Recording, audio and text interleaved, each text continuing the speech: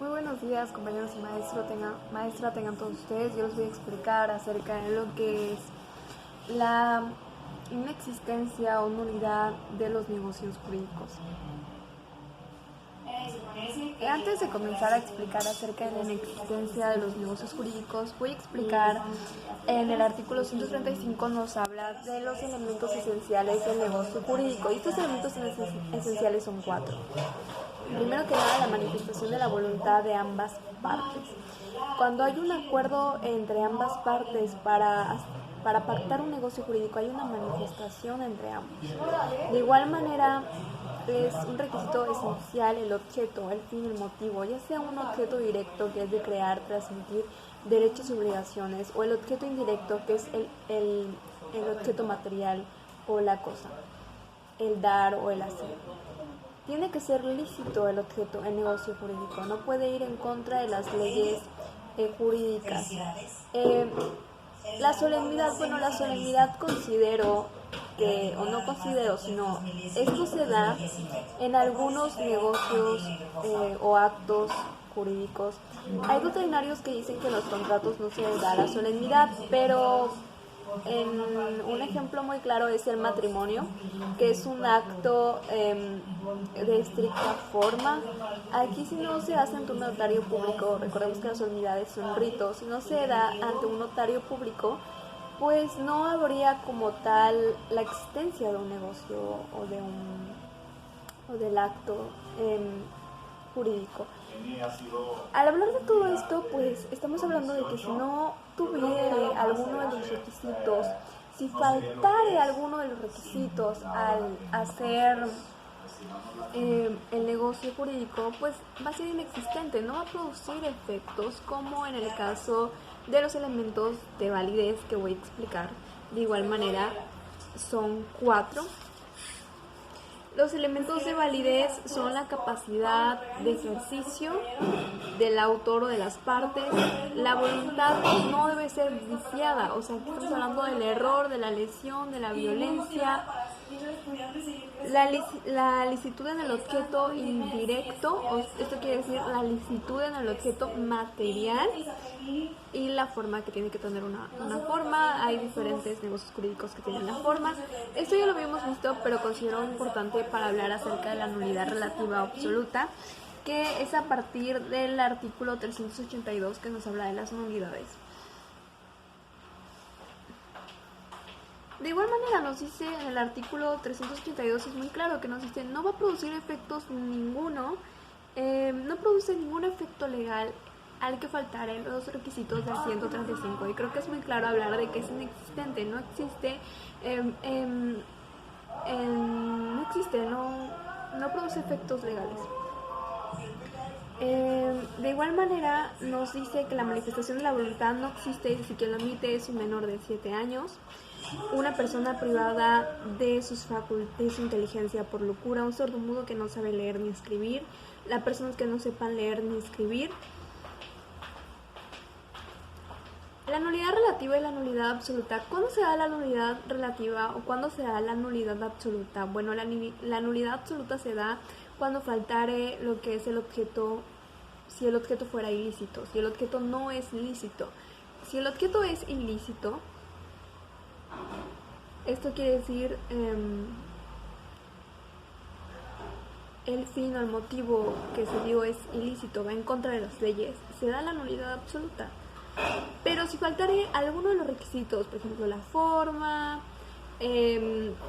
vicios de la voluntad, existe vicios de la voluntad, la capacidad de las partes, son incapaces, pues se da la nulidad relativa. Y es muy claro al decir el artículo 387, como dije, todo está en nuestro ordenamiento jurídico tal cual. Nos dice: la nulidad relativa al negocio jurídico se produce por la incapacidad de las partes, se produce cuando hay lesión, se produce por el error, se produce por los vicios de la voluntad y se produce cuando no se haya manifestado la forma de la ley. Es muy muy clara. De igual manera, el artículo 286 nos habla de la ilicitud en el objeto, produce la nulidad absoluta. Es muy importante también conocer la prescripción, en cuánto tiempo puedo reclamar la nulidad relativa o la nulidad absoluta. La nulidad por el error prescribe en 2 años. La nulidad por violencia prescribe en 6 meses a partir de que haya terminado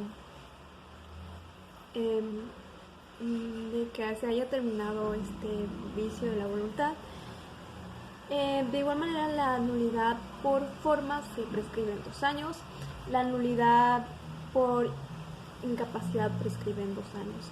Y obviamente que no pueden pedir la nulidad las personas que hayan sido incapaces al hacer este negocio jurídico.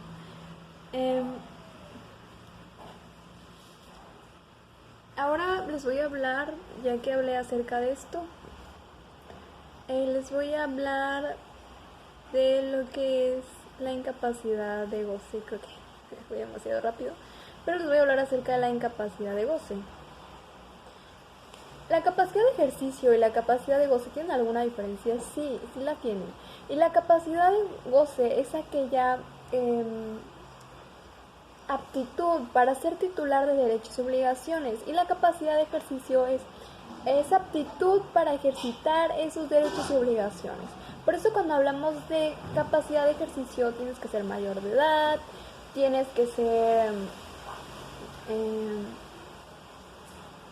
de igual manera no estar en interdicción, o también son mayores para la capacidad de ejercicio los emancipados. Entonces todo eso la ley lo prevé. Pero la capacidad de goce, esta capacidad de goce, pues realmente todos tenemos la capacidad de goce. Podría decirse, ¿no? En el caso de los extranjeros, pues el artículo 27 de la Constitución nos dice que los extranjeros tienen límites para adquirir tierras en las costas.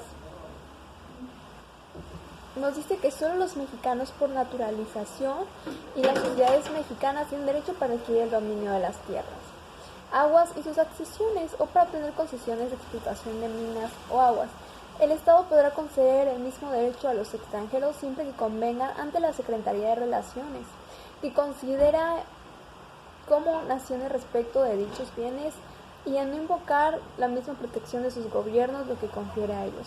Pero en una faja de 100 kilómetros a lo largo de las fronteras.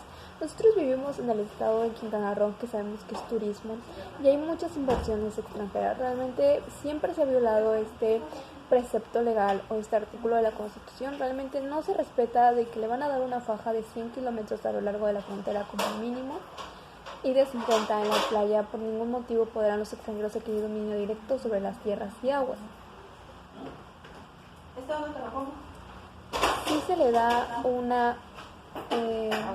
sí se adquiere dominio directo de tierras y aguas por parte de los extranjeros. Entonces, pero ellos no tienen esa capacidad de goce, no pueden ser titular de derechos y obligaciones. Igual en algunos asuntos políticos no tienen que intervenir en algunos asuntos políticos. De igual manera, aparte de este precepto legal que tenemos, en las personas que han sido condenadas, ya sea por robo, por administración pública, no pueden ser tutores. No pueden ser tutores legítimos, tutores dativos, tutores testamentarios. No tienen esa capacidad de goce, o no tienen esa facultad para ejercitar ese puesto.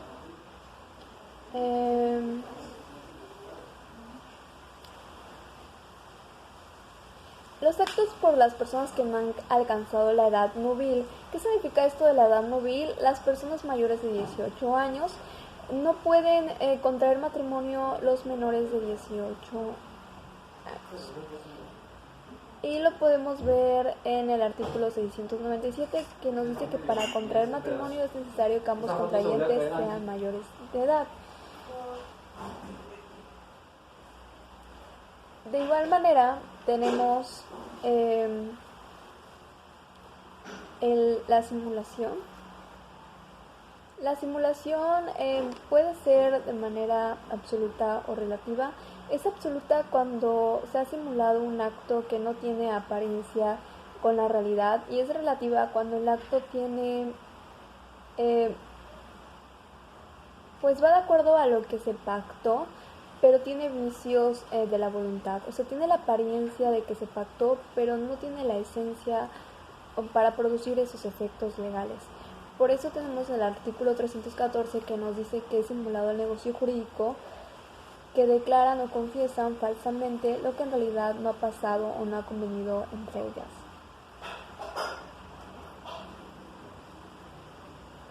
Bueno, pues ya hablamos de lo que es la invalidez del negocio jurídico, la nulidad relativa, la nulidad absoluta, los lapsos que tienen que tener en el caso de la nulidad relativa.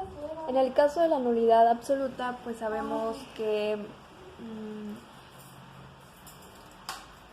no produce efectos legales, como en la nulidad relativa, que sí puede que al inicio produzca efectos legales, pero a través de una ejecutoria se va a eliminar esos efectos en el negocio jurídico. Bueno, muchas gracias compañeros y maestra, y esto.